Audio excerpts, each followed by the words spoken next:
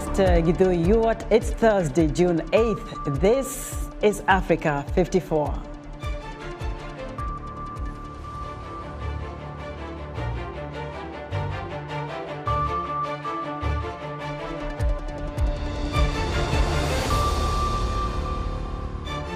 Sudan's medical system is on the brink of collapse in the capital Khartoum, as 70% of medical institutions have been shut down due to ongoing fighting.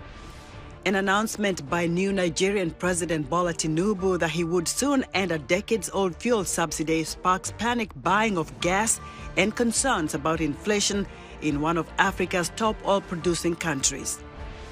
And former President Trump's longtime loyal Vice President Mike Pence is among several challengers who have jumped into the Republican race to try to thwart Trump from capturing the party's presidential nomination for a third consecutive time. All this and much more coming up on today's Africa 54.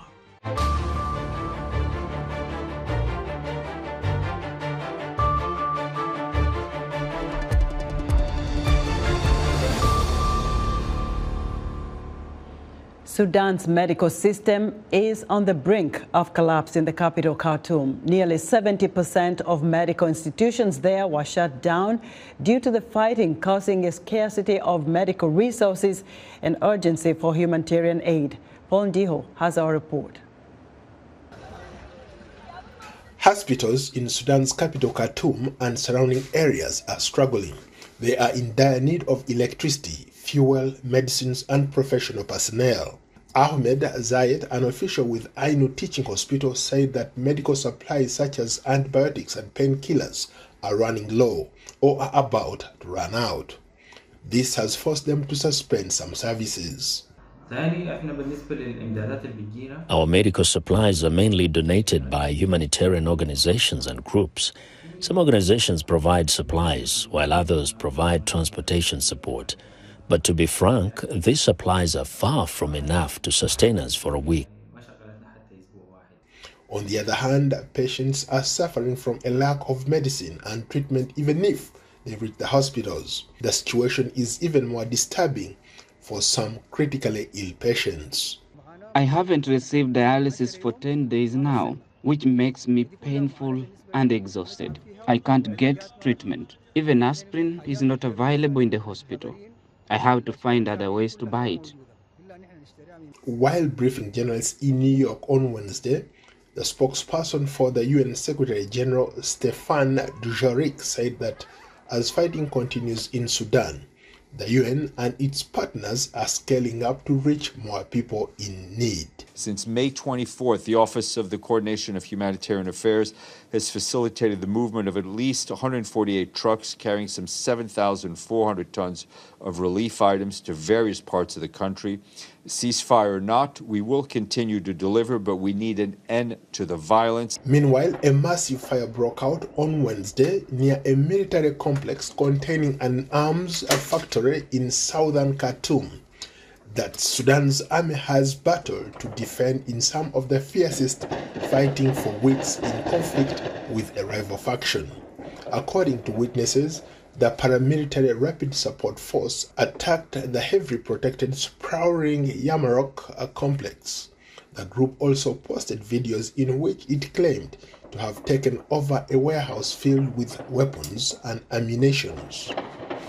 Paul Ndiho, VOA News, Washington.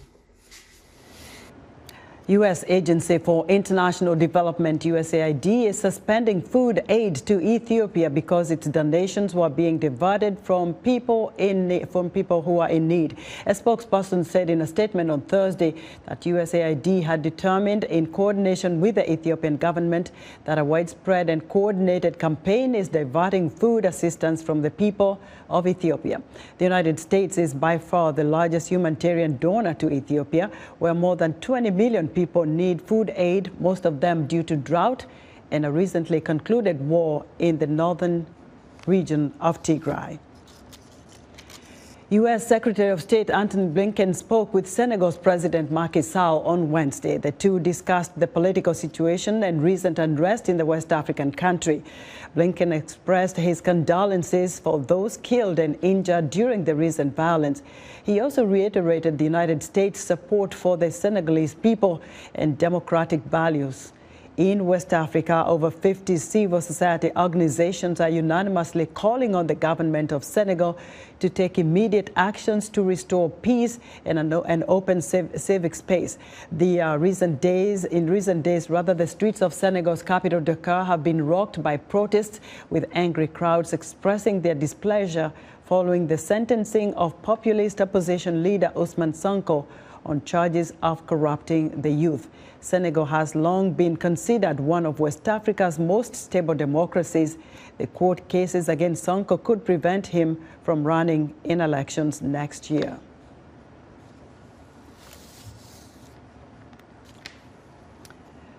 For more on the political unrest in Senegal, I'm joined live via Skype by Salou Taal, President of Gambia Bar Association. Mr. Salou, welcome to Africa 54. Good afternoon. So first of all, tell us, I know you're part of this organization of civil rights groups that are calling for changes in Senegal, a return to democracy. But what kind of, the recent challenges that we've seen during the protests, how do these pose challenges for Senegal?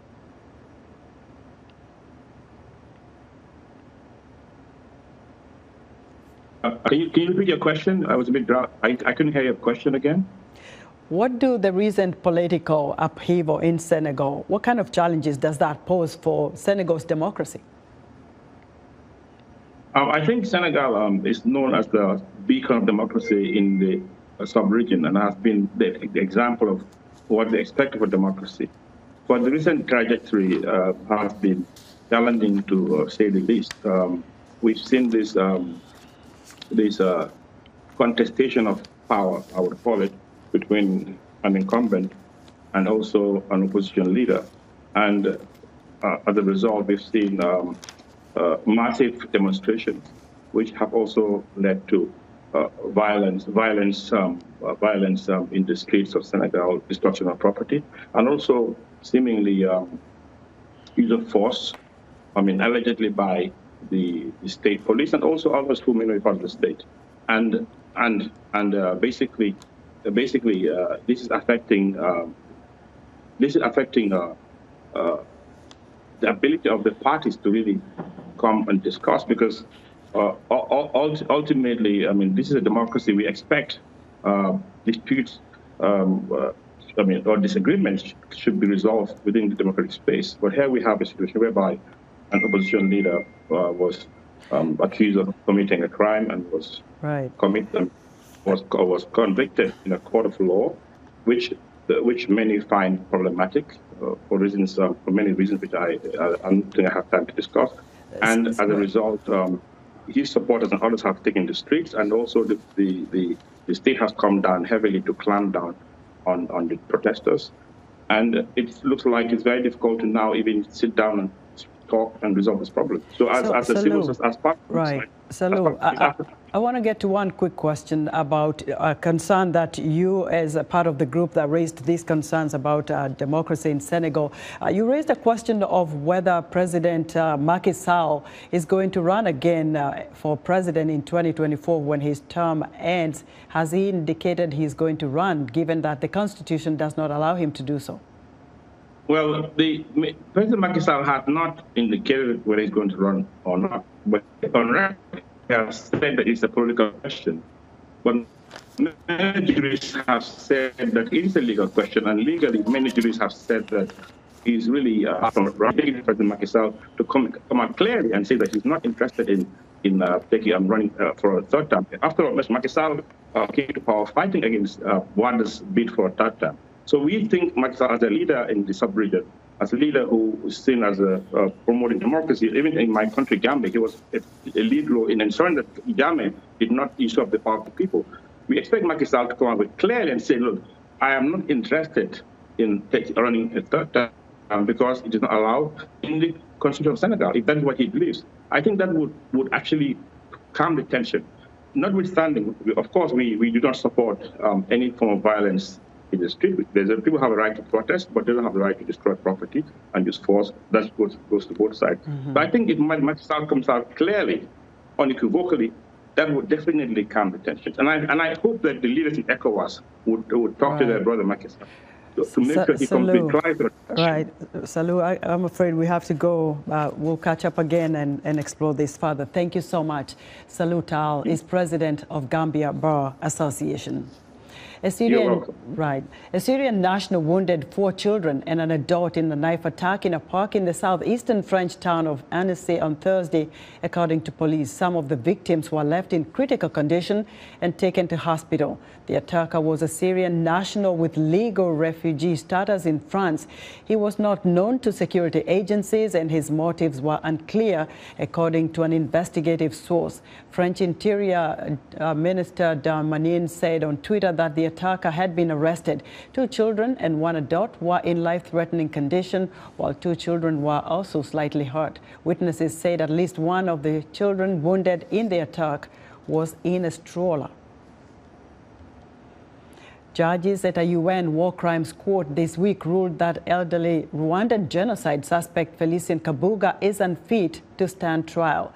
That decision comes after doctors found that the former business tycoon, who is in his late 80s, suffered from dementia.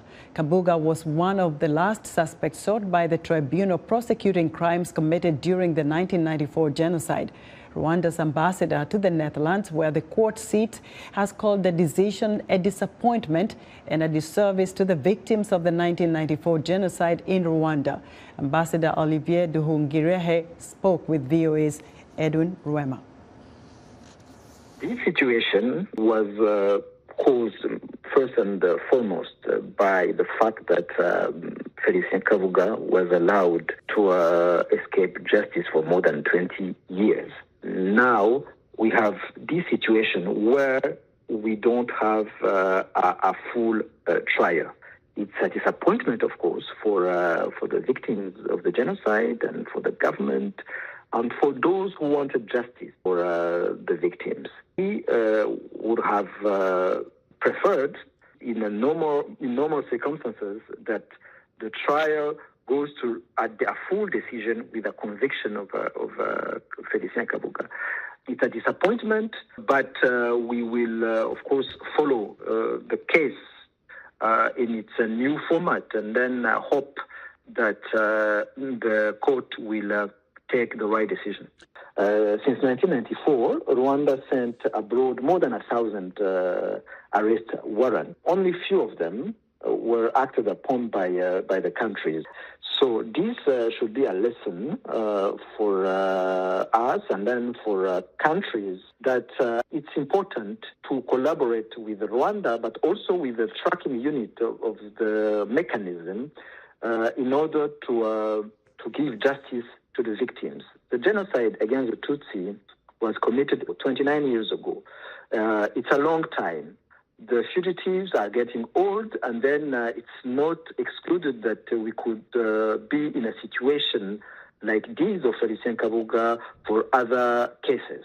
So this is why really I would call on those countries who received our indictment, our arrest warrants, to understand the urgency of the situation on acting upon our request, because justice for the victims of the genocide are important. That was Olivier Nduhungirehe, Rwanda's ambassador in the Netherlands, speaking with VOA's Eddie Ruema. Close to 200,000 Zimbabweans in South Africa are breathing a sigh of relief after the Department of Home Affairs decided to extend their pending expulsion by a further 6 months. Tuso Kumalo has more from Johannesburg. The decision by the Department of Home Affairs to extend the Zimbabwe exemption permits has been welcomed by a lot of Zimbabweans, many of whom you can see behind me here doing their daily chores. These are people who have stayed in South Africa for up to a decade, and during that time, they'd established families and professions. most of them, they really want to stay here. I'm quite happy that at least we have got another small spell up to December here in South Africa without having to run away from the police. We are just happy and grateful, and we're thanking God at the same time, you know, knowing that God is a God of everyone, and I'm sure God is making a way for all of us to stay together here. I'm so happy, I'm very, very happy about this government extending our permit. Not everyone has welcomed the decision to extend these permits. I spoke to Freeman Beng, one of the people who recently organized a march against the presence of illegal immigrants in this country. He says these Zimbabwe exemption permit holders are taking jobs that belong to South Africans, hence they wanted them to go. In fact, he said to me, they are considering their legal options to challenge the minister's decision.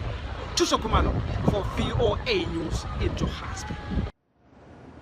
After his inauguration, Nigerian President Bola Tinubu announced he would soon end a decades-old fuel subsidy, saying the country can no longer afford the cost. His comment sparked panic buying of gas and raised concerns about inflation in one of Africa's top oil-producing countries. Gibson Emeka reports from Abuja.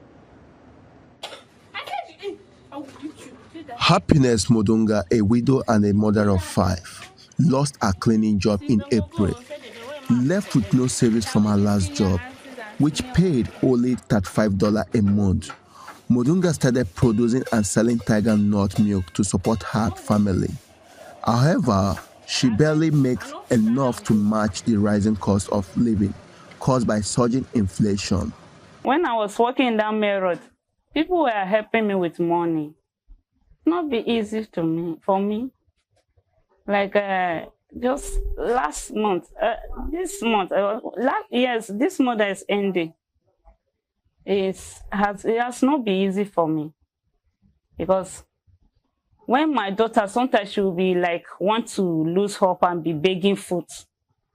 So she wanted to beg food one night that we just come back for church. I started crying. Happiness is not alone. Nigeria annual inflation rate rose to 22.22% in April, according to the National Bureau of Statistics. Attempting to control the inflation pressure is the main reason the newly inaugurated Nigeria government says it is set to remove fuel subsidy beginning July. Subsidy can no longer justify its ever-increasing costs in the wake of drying resources. Since Tinubu announcement, fuel pump prices have increased across Nigeria. Experts says this will deepen the hardship that average people face. The moment there is a 1 naira increase in price of petroleum products, you expect a 3 naira increase in the prices of goods and services in Nigeria. So you expect to see at least 150 million Nigerians going down the poverty line now. That is the implication. The new administration says it understands the hardship associated with ending the subsidy, but says it is best for the nation long-term economic health. We shall instead rechannel the funds into better investment in public infrastructure, education, healthcare, and jobs that will materially improve the lives of millions. Economic observers generally agree ending the subsidy will help in the long run, but many are urging the government to strategize ways to cushion the short impact on citizens. Gibson Emeka for VOA News, Abuja, Nigeria. Still to come, artificial intelligence tools like ChatGPT presents new problems in Kenya's education system and questions on whether students will use the technology to cheat during their exams. Stay with us.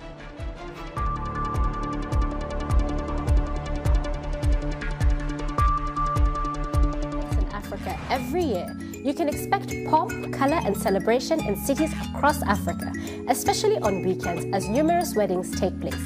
On this week's edition of Our Voices, we will be taking a peek into the multi-million-dollar industry in which so many women have found empowerment. We will examine the opulence associated with African weddings, social media influence, and the general cost of marriage in our different cultures. Join the conversation each week right here on Our Voices.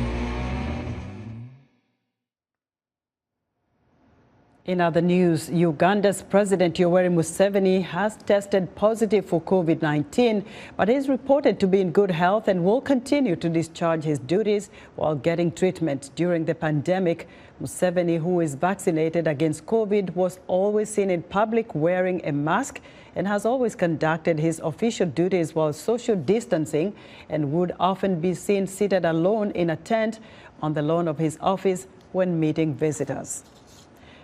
The abdominal surgery Pope Francis has undergone is serious for a man of his age, but he should make a full recovery, according to a leading British surgeon. Francis underwent a 3-hour operation in a Rome hospital on Wednesday to repair a hernia, which doctors in Italy said was successful enough that he should have no limitations on his travels and other activities after he recovers. The outbreak of Marburg virus disease in Equatorial Guinea has ended, according to the World Health Organization's Regional Office for Africa. The agency said no new cases were reported over the past 42 days after the last patient was discharged following treatment. Artificial intelligence tools like ChatGPT are presenting new problems in Kenya's education system, as in so many others. The country has many academic writers who help university students with assignments, with some professors looking the other way. Now, some of those writers say AI tools are cutting into their business, while professors worry students have new ways to cheat. Mohammed Yusuf has more from Nairobi. Tony Ambola earns a living by completing writing assignments for university students in Kenya and other English-speaking countries. He can write about many subjects except for law, engineering and architecture. However, Ambola says he's getting fewer work requests, a development he blames on the rise of artificial intelligence writing tools. Ambola says he's trying to learn more about his new competitor. AI has negatively affected our workflow, so that such that at some point we really got less work. You are afraid if you could meet your bills because there was less workflow. But over the months, I've been able to put myself into working on understanding AI even more, and try and avoid the traditional way of getting clients and getting work. In Kenya, unemployed university graduates often engage in academic writing to earn a living. Some purchase online accounts to connect with students seeking writing services. Writer Kelvin Okumi says AI has not cost him clients so far. Personally, my work is still the same. I'm still getting work from my clients. Students are still approaching me for academic writing services. So I can say ChatGPT has not affected me at the moment. But we can't predict the future because it's too early. ChatGPT was born, I think, early this year, or sometimes back. So we can't predict because technology is moving so fast. According to a survey conducted by Study, an online learning platform, 890 out of 1,000 American students surveyed admitted to using ChatGPT for their class assignments. This tool can generate text on various topics and write articles and essays. Some educators are concerned that its usage might compromise academic integrity and hinder students' creative abilities. And lecturers, we need to see how we can structure this assignment so that students can't just get away with it very easily by copying and pasting work. So we have to be aware of what these tools can do, even as lecturers, and then see how we can guide our students around that so that they use technology as an enabler. While some universities have prohibited the use of AI tools, others are adopting a cautious approach. Whatever the schools decide, Bola says he will learn more about AI so he can stay in the business of academic writing. Mohammed Yusuf for VOA News, Nairobi. Former President Donald Trump's longtime lawyer, Vice President Mike Pence, is among several challengers this week who have jumped into the Republican race to try to thwart Trump from capturing the party's presidential nomination for a third consecutive time. VOA's chief national correspondent Steve Harman has more.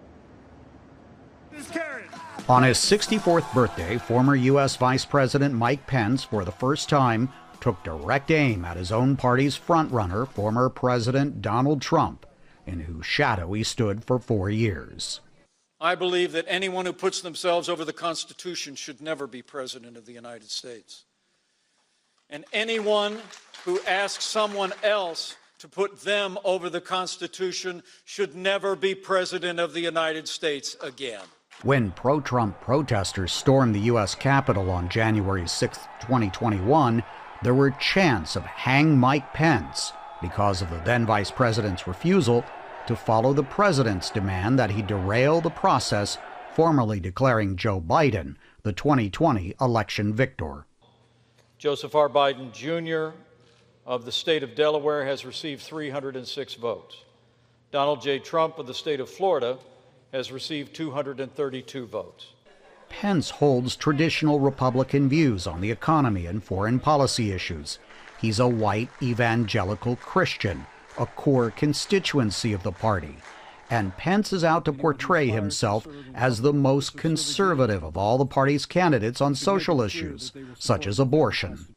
After leading the most pro-life administration in American history, Donald Trump and others in this race are retreating from the cause of the unborn. As George Mason University political science professor Jeremy Mayer points out, with his qualifications, why is Pence polling in the low single digits among Republicans, and far behind Trump's closest challenger, Florida Governor Ron DeSantis? The vice presidency has diminished him even more than it diminishes most vice presidents. President Donald Trump demanded extreme loyalty to the point of obsequiousness. Only 2 out-of-office vice presidents have ever made it back here by election to the White House. Republican Richard Nixon did it with his victory in 1968. The second time was 3 years ago, when Democrat Joe Biden defeated incumbent Donald Trump, also sending Pence packing. Trump has transformed the party. You see the people that want to replace Trump, like Ron DeSantis, he's heading into populism and wading into culture wars. And Mike Pence can do that in terms of substance. He can talk about the policies of the culture war, but what he can't do so far, has not shown us, is the ability to be a populist in tone. And that's what the Republican Party is looking for after Trump. Whatever happens in next year's Republican primary election, Mike Pence has already made history, now becoming the first former U.S. vice president to directly challenge his one-time running mate. Steve Herman, VOA News, at the White House.